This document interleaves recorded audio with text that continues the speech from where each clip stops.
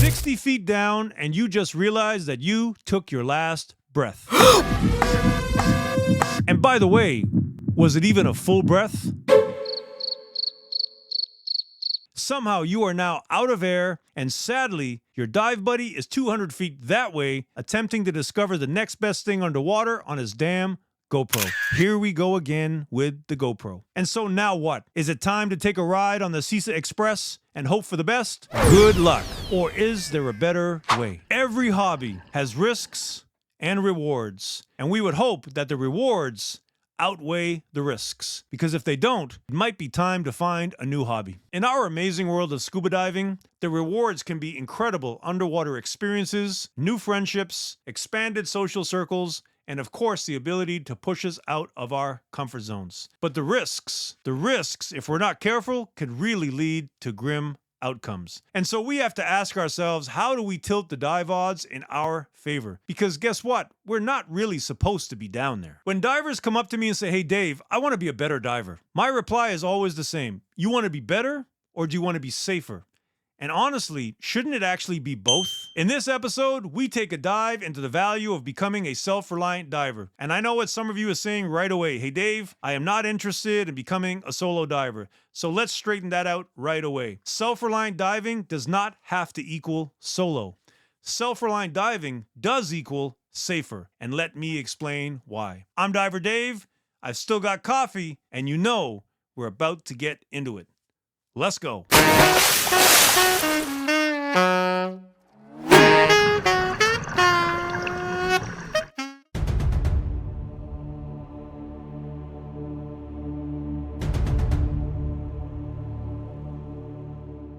Welcome back to the Dive Lab. I'm Diver Dave, and of course, it sounds like today's topic is going to be self-reliant diving, something that I am uber passionate about. I had a student literally ask me a few days ago at the pool, shout out to Jamari, you did great by the way. He's like, "Hey Dave, what is the course that you enjoy teaching the most?" And I was like, well, the one I am most passionate about is certainly self-reliant diving, because it gives me the opportunity to work with already competent divers and help make them safer. And so when it comes to explaining the value of self-reliant diving, I always use the following analogy. Let's tell the story of two hikers, Dave and Reese. It's a beautiful day, and they both decide to do a day hike up in the mountains. They are both experienced hikers in their own right, and they figure, hey, in order to reduce the workload, let's just take one backpack that has all of the essentials. And in that backpack would be things that they would need to execute the hike safely. Things like food, water, compass, map, emergency cell phone, maybe a small first aid kit, but just everything that they would need in order to keep themselves safe as a buddy group. And throughout the day, they would just sort of take turns on who carries it. Sounds efficient until it isn't. And halfway through the day, the weather changes. Thunderstorms start, the fog rolls in, reducing the visibility, and of course, at the same time, one of the buddies, I hope it's not Dave, decides, hey, I see something cool, let me go take a photo.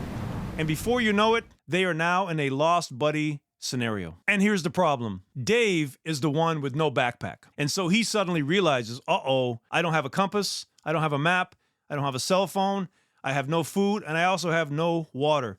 And so now I am in a little bit of a precarious situation in terms of trying to exit this hike safely. So stress levels rising fast. Hiker 2, Mr. Reese, has the backpack. He has all of the essentials. He has everything that he needs in order to sort of exit this hike safely if needed. Now, he is going to look around for his buddy for sure, and that is also a very stressful situation. But if he can't find Dave, well, at some point, he has to make the call and say, well, it is time for me to head back to the exit. And all of the time hiking back to the exit, he is hoping that Dave will be there. So in this scenario, even though both hikers are extremely capable, they failed to plan for the what if. They failed to plan for separation. And at this point, luck is going to play a role in whether or not Dave actually can exit that hike safely. And now we flip the scenario where Dave and Reese carry a backpack that has all of the essentials. Is it more work to carry a backpack each? Of course. But now both capable hikers are able to deal with a what if scenario independently and exit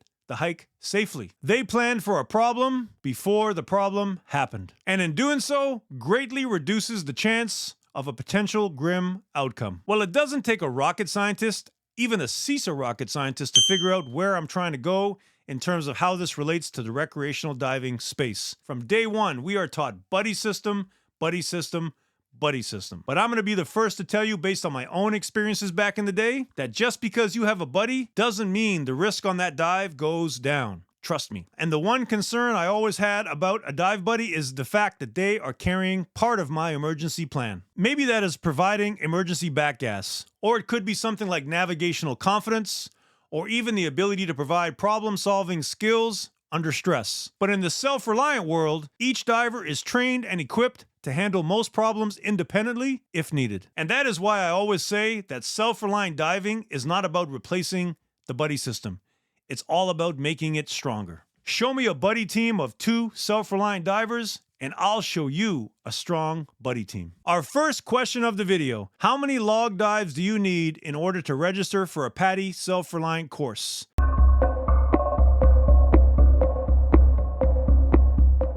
So let's take a quick look at the standards and, of course, the requirements. Number 1, you have to be an advanced open water diver. Number 2 is that you have to have at least 100 dives logged. And yes, you and I are going to take a look at your logbook to see the type of dives you have been doing, because we know dives logged don't tell the entire dive story. Number 3, you have to be 18 years old. And last but not least, you're going to have to do a dive assessment. And we'll talk about that one a little bit later. Okay, Dave, all sounds good. I'm ready to sign up. And at that point, I'm going to say, slow down. Let's find time for a coffee chat so that we can sit down and talk about your self-reliant journey. We can either do it here in the dive lab, we can do it at the house, we can go meet at a coffee shop, whatever is convenient for you. This gives the student and I an opportunity to assess fit, their approach to diving, and their mentality. Is there a sense of humility, or does ego kind of dominate the conversation? Because honestly, we have too many of those in the dive community already. And so if the coffee chat goes well and it's a great fit, then we meet for a fun dive where we can do a little bit of an assessment of your core skills. I mean, what a surprise. Here I am again talking about core skills: buoyancy control, fin control, and trim. If those core skills aren't in check, then adding in all the redundant gear and the mental approach required for the self-reliant diver course is probably not going to be setting you up for success. And to borrow a term from the dive wizard, Mr. Steph, I hope you're watching, I don't want to hear it, I want to see it. Because if your buoyancy control is all over the place, you're up and down and your hands are waving to keep you going, or your fins are blowing up the bottom, or you look like you one-armed the entire dive accessory shelf under your BCD, then that tells me, honestly, you just have not put the time in to hone your dive skills to a point where you're actually ready to be a self-reliant diver. And at that point after the dive, I'll provide you an honest assessment and feedback and say, hey, here are all the things that I think you probably need to work on before you actually take the self-reliant diver course. And if you go back and put in all the work, I'm happy to sort of take you back out for a fun dive to go and take a look. But obviously, it can't be the next day. So let's finish off the segment on a positive note. You met all the PADI prerequisites and standards. You had a great coffee chat, and the fit is there. The fun dive and assessment, all that went well. Well, now, congratulations. You are now ready to start your self-reliant diver journey. What is the minimum redundant gas source needed in order to take the PADI self-reliant course? We'll talk about the answer in the next segment.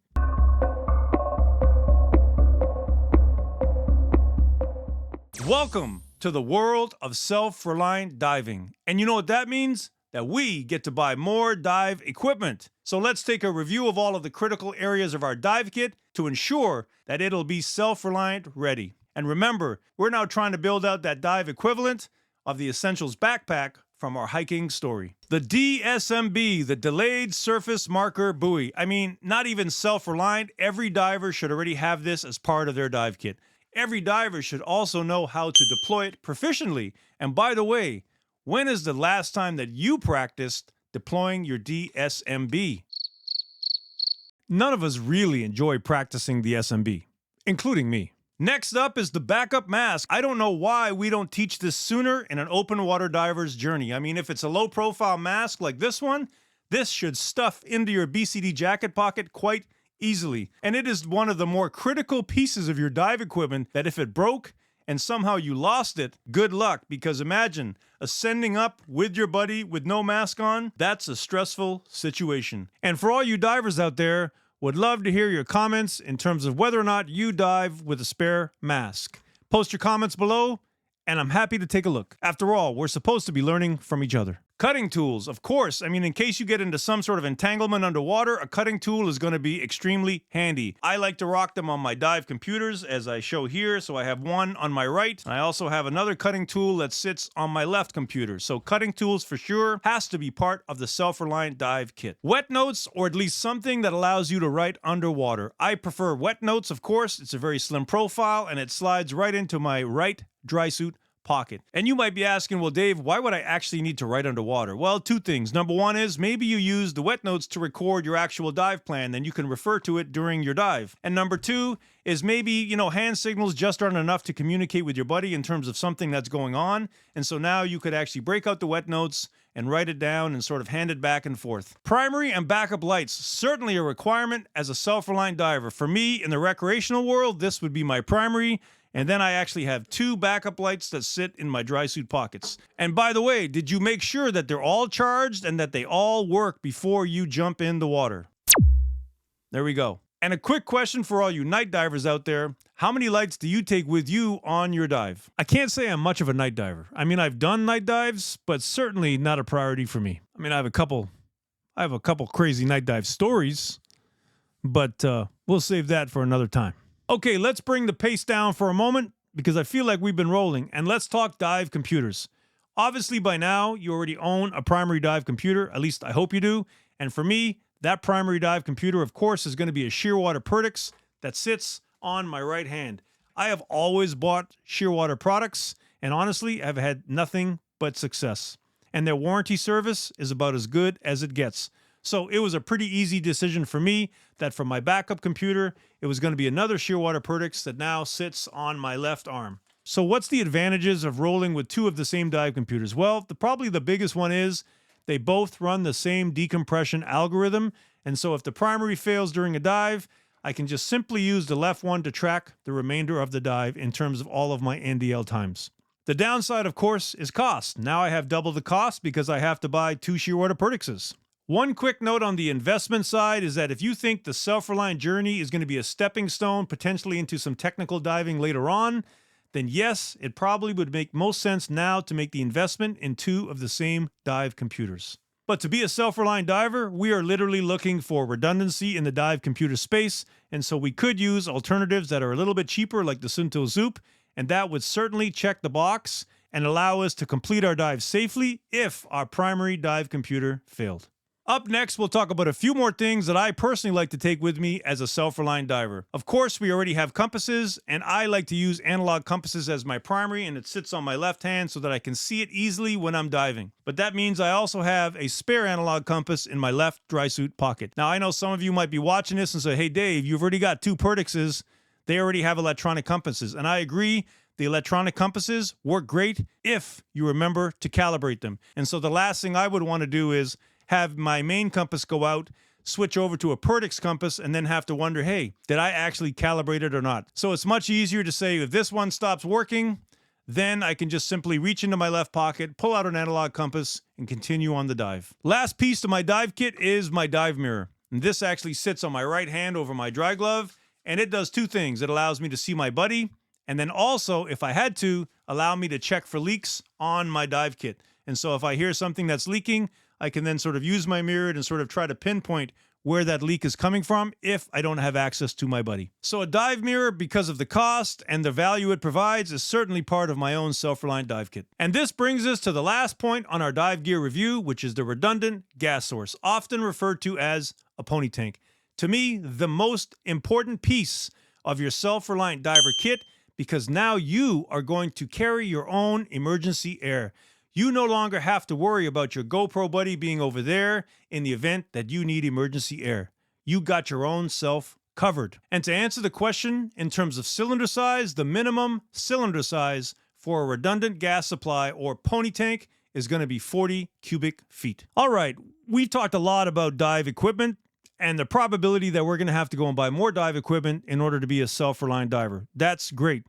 And so this is a great time to remind everyone watching that your and our local dive shops, they need our support. This is a tough business to be in terms of dive retail. And so at any chance we get, we should at least give them the opportunity to compete for our dive business. Up next, we're going to take a look at the most important piece of our Self-Reliant Dive kit, and of course, that's the pony tank. We'll take a look at the one behind me, we'll show how it's rigged, we'll take a look at all the components, and we will review the costs of what it takes to build up your own pony tank. Which leads us to our next 613 Dive question. What do you think is the average cost to build up a 40 cubic foot pony tank from scratch?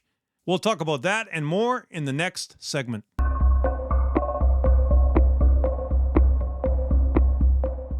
Now we get to build a pony tank, and this is the fun part. First, we start with an aluminum 40 cubic foot tank. Boom, $300.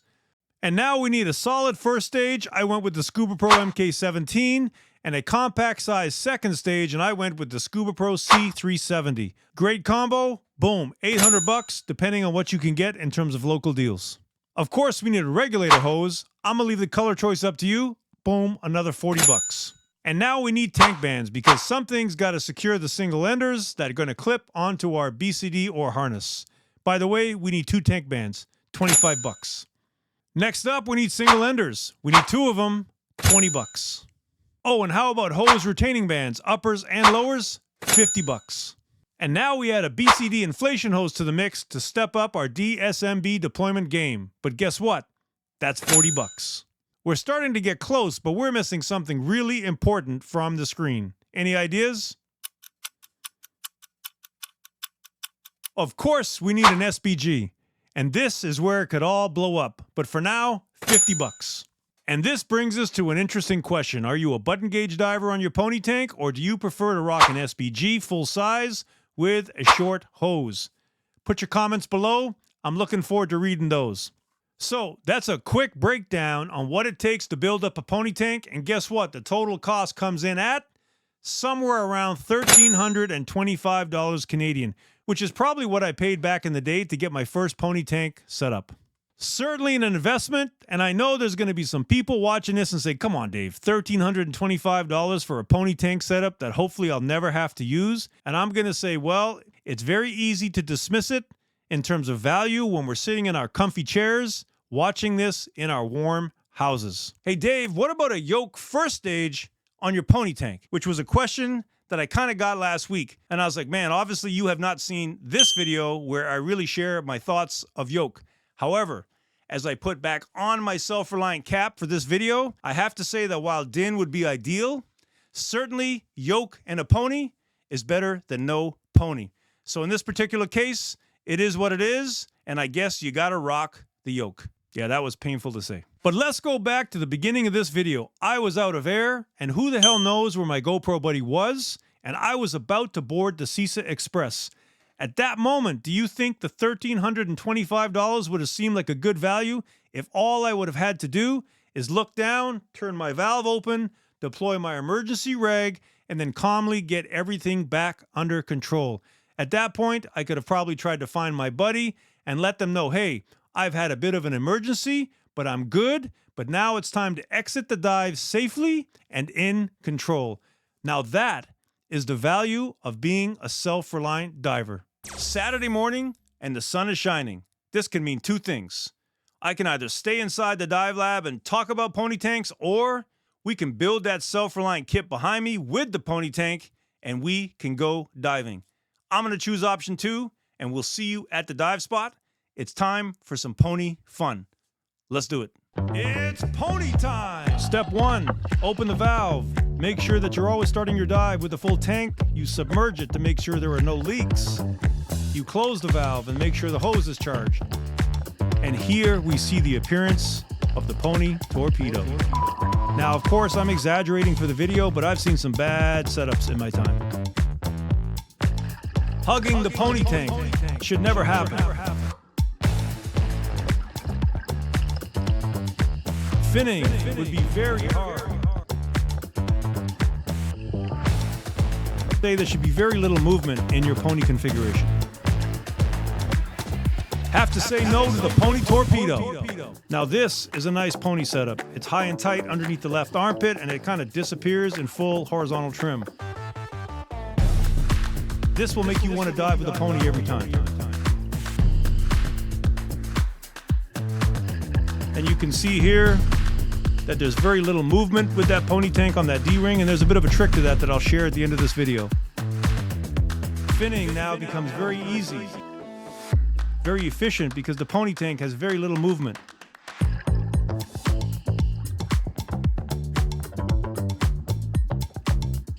Button gauge or SPG, you can see, easy to read.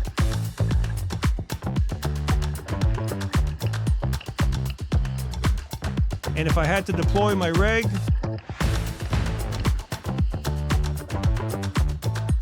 it's actually quite easy to do from this position.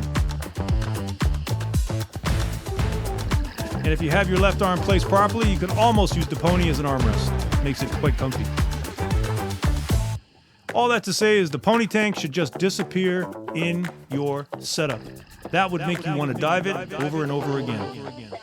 I gotta tell you, that was a pretty fun session to shoot. It was great to be back on the single tank setup with the pony. I only typically use that setup these days for teaching in the recreational space, and so it definitely took me back to the old days when I was learning to dive. One last point I'd like to make in terms of the use of a pony tank, because I do see this from time to time. Its sole purpose is to be there for you in case of an emergency.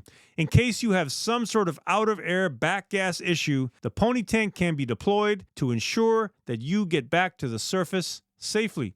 That is it. That's the only use of the pony tank. Emergency times only. And so at no point should we be treating the pony tank as a dive extender. That is not the point of a pony tank. And if you're starting to do dives that has you thinking that you should dip into your pony tank reserves, well, that means your gas planning probably needs a little bit of work. But the good news is we're going to talk about gas planning in the next section, because that is a key area of the self-reliant training, and we're going to touch on it next at a high level. So stay tuned. Okay, let's take a look at our next 613 dive self-reliant question, and that is, you are at 60 feet and suddenly realize you are out of air.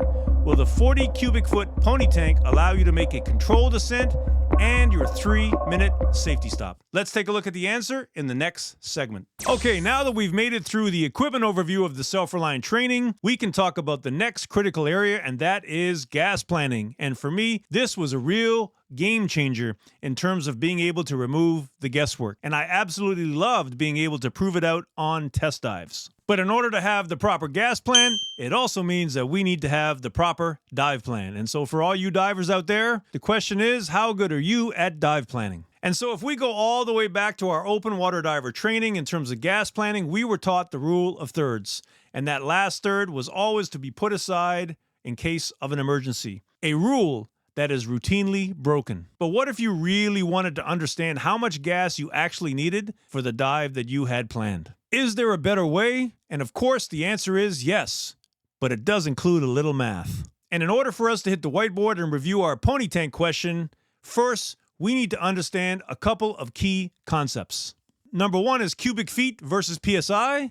And then, of course, we've got the whole SAC and RMV debate. Okay, let's tackle cubic feet and PSI first. It's important to understand that we breathe gas volume, and that is measured in cubic feet. So the gas volume, or cubic feet, is what's moving in and out of our lungs as we breathe. It's also important to note that a cubic foot is simply a cubic foot, and so is independent of the size of our tank that we're diving. PSI, on the other hand, is simply the tank pressure reading of the remaining gas volume for a given cylinder, and so it is absolutely dependent on the size of the tank that we are diving. And so to sum it up, it means we breathe in cubic feet and we monitor it in PSI on our SPG. And for dive and gas planning purposes, we will do all of our gas calculations in cubic feet and figure out how much cubic feet do we need in order to execute this dive safely. And we can talk about the word safely a little bit later in this segment. And this brings us to our next topic, which was SAC versus RMV. Now, in order for me to actually calculate how much cubic feet that I will consume for a given dive, I need to figure out how much cubic feet per minute I will consume. And that can be expressed two ways, in SAC or RMV. It might even be both, depending on what you find on the internet. But again, I'm going to teach you the way that I was taught and the way that I continue to teach it. And so SAC, or surface air consumption, is essentially the amount of cubic feet per minute that you breathe at 1 atmosphere or at the surface, and I kind of see it as your gas consumption baseline. And if we only used our SAC rate to plan our dive, then we should probably play it safe and stay at the surface and call it snorkeling with our scuba kits on. And so what we really need is a way of converting our sac rate into a number that reflects our gas consumption at depth. And this is where RMV comes into play. And the reason that RMV is important, because if we remember back to Boyle's law, it says as we descend down, ambient pressure goes up, gas molecules continue to get more and more compressed. Long story short, same size breath, gas molecules get compressed. It means that we are consuming more gas at depth. How much gas per minute at depth we consume? That is RMV. Now, I see a lot of online videos and some local discussions in terms of SAC and RMV and how they're used interchangeably. And honestly, I just don't think it's accurate. I mean, the clue is right there. One of the terms actually has the word surface in it, and the other one doesn't. I mean, that's pretty straightforward to me. So to sum this up, SAC rate, cubic feet per minute consumed at the surface, kind of like your gas baseline. RMV is the amount of cubic feet per minute that you're actually consuming at depth. And we are now almost ready to build out a solid gas plan. We need to know two more things. Number one, what's the dive time? How long are we actually going to dive for? And then number two, of course, what is the average depth of our dive? And now that we know SAC, dive time, and average depth, we have a chance of coming up with a solid gas plan. I mean, at least I hope we do. But we can at least hit the whiteboard and go over the pony tank question to see if a 40 cubic foot pony tank is enough to get us back to the surface safely from 60 feet. Let's take a look. Okay, let's take a quick look at the whiteboard to talk about our pony tank example. And so we know our pony is 40 cubic feet. And we're essentially asking, do we have enough gas to essentially ascend from 60 feet to our safety stop, and then hopefully get us back to the boat safely. So let's take a quick look. We're going to make the assumption that our sac rate is 1 cubic feet a minute, and that is something that we would have learned in dive 1 of our self-reliant course, but we're going to stick with 1 cubic feet a minute just to make our math easy. Now I would say we would chop this into 3 legs. Leg 1 is essentially going to be 60 feet to our safety stop. And then we're going to have our safety stop. And then we're going to have essentially safety stop to basically the boat. So surface.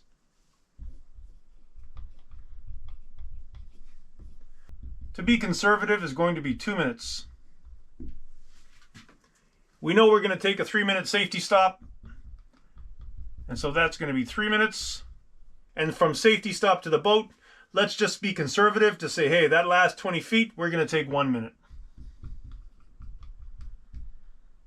Because by the way, that is the largest pressure differential. Okay, so now we've got the time mapped out. And now we need to figure out average depth, which is the difference, which is the average of 60 and 20 feet. And so that's going to be 40 feet. Or 2.2 atmospheres. That's important. Safety stop, well, we already know, is going to be 20 feet. And of course, that's going to be 1.6 atmospheres. And then from 20 to 0, obviously the average depth is going to be 10 feet or 1.3 atmospheres. Perfect. Now we've got average depth, and we've got time, and we've got our sac rate. So now we can start to figure this out. And so now for each of the legs, we can configure our RMV, which is now our gas consumption per minute at depth. And so we know, because we are 1 cubic feet a minute, but we're at 2.2 atmospheres, that we will have actually be consuming 2.2 cubic feet per minute. Same thing at our safety stop. We know we still have 1 cubic feet a minute, but we had 1.6 atmospheres, so that means we will be consuming 1.6 cubic feet per minute. And now we also know that from at safety stop to the boat, 1 cubic feet a minute sac rate times 1.3, so 1.3 cubic feet per minute. Perfect. And now we can start to configure the total gas consumed for each of these legs. So we know 2.2 cubic feet a minute times 2 minutes is going to be 4.4 cubic feet total to get from 60 up to 20. And we know at our safety stop, we're going to be 1.6 cubic feet a minute times 3 minutes. And so that is going to be essentially 5 cubic feet. And last but not least, we know we are at 1.3 cubic feet per minute, and it's going to take 1 minute. So that means another 1.3 cubic feet. If we total all of these up, that is going to get us roughly 11 cubic feet of gas total. I know what you're probably thinking, Dave. It's great that we've done the math and the pony tank has enough gas to get me out safely, but I have an SPG on that pony tank and it reads in PSI, not cubic feet. And so what we could do as the last step is convert each of the legs into PSI, because we also know the cylinder size, which is 40 cubic feet. And so, for instance, on leg 1, 4.4 cubic feet on a 40 cubic foot pony tank with a working pressure of 3,000 is going to be around 330 PSI consumed. So what does that mean? That means it leaves us with a PSI remaining of 330 minus 3,000, because we better be starting the dive with a full pony tank. And so that gives us 2670 PSI as we approach our safety stop. We can do the same thing for 5 cubic feet. 5 cubic feet on a 40 cubic foot tank at a working pressure of 3,000 PSI is 375 PSI consumed. 375 minus 2670 is going to come out somewhere around 2295 PSI that the SPG should be showing at the end of our safety stop. And last but not least, we know that 1.3 cubic feet translates into about 100 PSI. And so by the time we hit the boat, what we're saying is our pony tank SPG should be reading somewhere around 2195 PSI.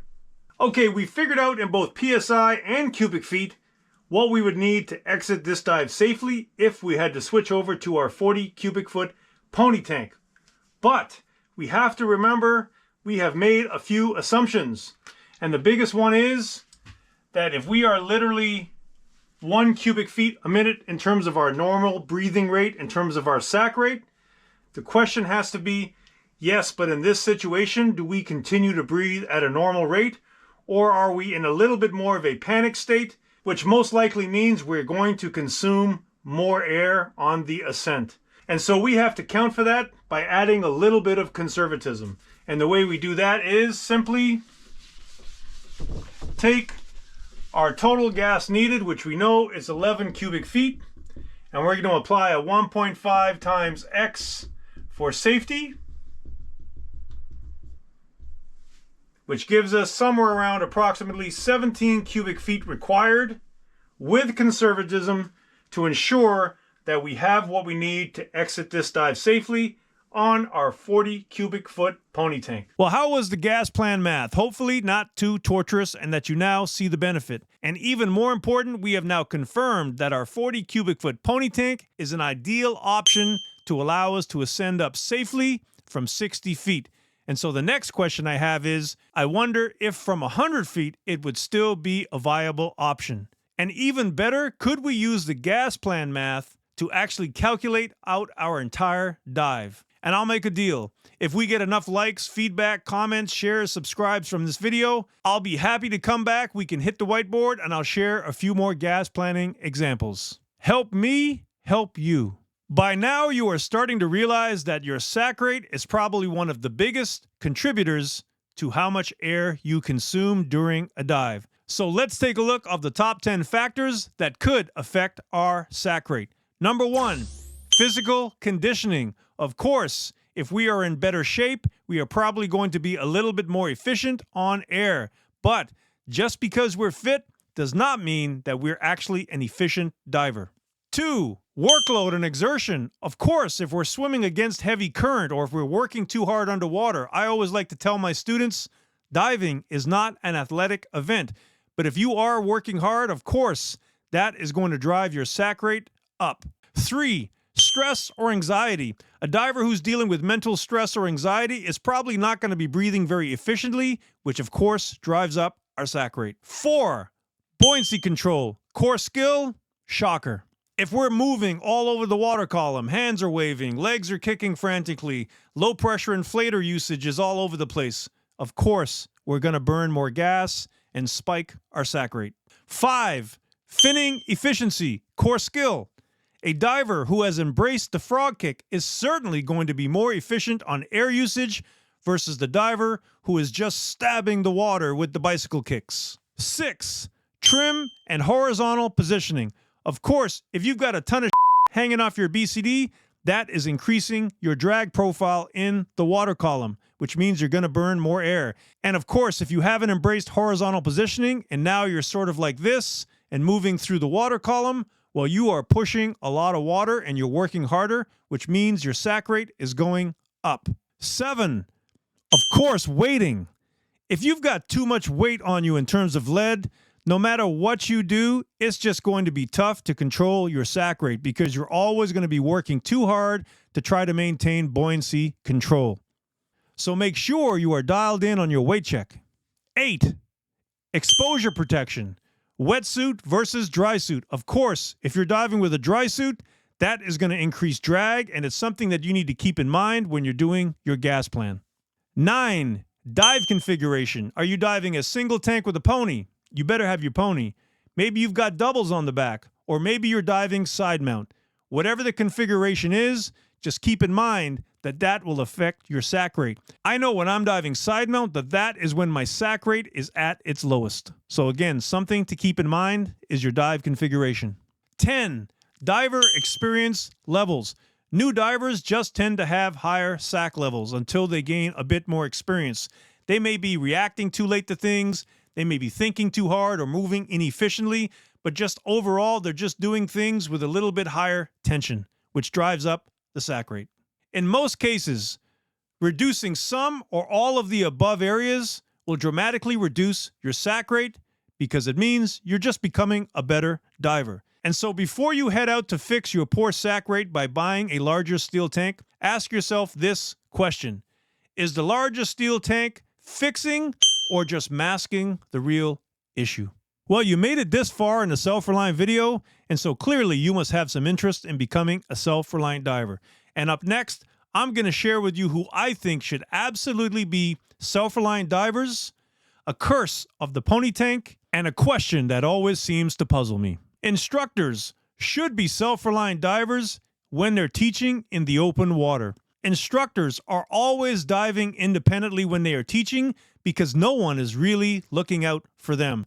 And so having emergency air readily available could be the difference between an out-of-air scenario becoming critical or not. And also, having an instructor teach in a self-reliant way opens up a great discussion opportunity during their surface breaks with the students. The last point I'll make on instructors is that if you've actually signed yourself up to teach a self-reliant course, then I hope that means that you actually dive for fun in a self-reliant kind of way. Dive masters for sure should be diving in a self-reliant way when they are on courses in the open water. All we've taught our students to date is the buddy system, and yet what do they see? Dive masters heading into the water solo to go in and set the floats to get ready for the class prep. What kind of message are we actually sending back to our students? If dive masters were heading in a full self-reliant kit, then again, it opens up the opportunity for some conversation and discussion to allow our students to understand the progression of how to get to be a self-reliant diver. To me, that makes sense.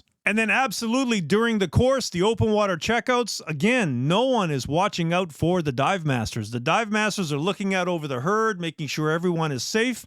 But who is actually making sure they are safe? Well, it really should be up to them in a self-reliant type of way. Last on the list, and we've talked about this at length in this video, are experienced divers. If you're at the point where you are looking to become more redundant and a safer diver, then absolutely the self-reliant way is probably the right way to go.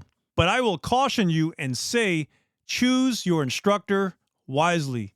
Do your research and ensure that the person who is about to teach you your self-reliant course actually embraces and dives in a self-reliant type of way. It would be like taking a dry suit course from a dry suit instructor who barely dives their dry suit. I mean, really, what kind of value and experience are you going to get out of that course? And now we get to the part that puzzles me the most about self-reliant divers, because I routinely see this at our local dive spots. We have divers who I know are self-reliant divers routinely make the decision to say, today I'm not taking my pony tank with me on the dive. And I just don't get it. Since when did improving our own diver safety become a now and then thing? What criteria are you using to decide when and when you don't take the pony tank? Or is it just because that you're still not 100% comfortable diving with it? And by the way, it's okay if you aren't comfortable with it. But what I'm saying is recognize it, own it, and then just take the time to become one with it. Remember, Murphy is always watching. Okay, we're going to finish off on this note. I am about as passionate about self-reliant diving as it gets, because for me, it truly changed the way I dove back in the day. And I do believe it is the pinnacle of recreational diving, because it is the one course that improves your ability to independently deal with most issues underwater, improving dive safety for you and your buddy. And just like that, another 613 Dive video has come to an end, and I wanted to take a moment to thank you for taking the time to watch. It is much appreciated. The intent was to provide a detailed glimpse into the world of self-reliant diving. As always, likes and comments is how this small YouTube channel is going to grow. And if you feel the content has delivered, please take the time to subscribe and then share it. This is how we battle the YouTube algorithm. Oh, and a quick thanks to all the new YouTube subscribers. It's always pretty cool to see that you've gained a few subscribers along the way. So much appreciated. I'm Diver Dave. We're out of coffee, and we'll see you on the next one. Take care. We're having technical difficulties. Oh, there goes the compressor. Doesn't the compressor know that I'm actually filming right now? Camera 2, good. Camera 3, good. Even a CISA rocket scientist, it's just got to be quick. It's got to be a little quicker. Boom, boom, boom. Okay, we've got another... I'm laughing because this is literally about the 12th time I've said okay. It's certainly better. Certainly better. I'm going down, so that's increases. That's not increases. But we are going down, but ambient pressure goes up. So we got to get that again. That compressor's going, man. Still going. There we go. Let's tell the story of two hikers. Dave will hit the whiteboard set. We hit. I'll be happy. We hit the whiteboard. Heat. Where's that? That's like a weird accent. Heat. Number 1, you passed all the PADI prerequisites. Prerequisites. What is prerequisites? You need to be a self-reliant diver or else. Yeah, it may not be the right message. People just quit. I mean, prerequisites. And I just squashed a mosquito on the wall. It's like strengthening it. I can't even say it. Strengthening it. Oh, here we go. Strengthening it. Oh, man. Okay. I might have to ditch that word. Strengthening it. All right. I'm out. It's all about making it stronger.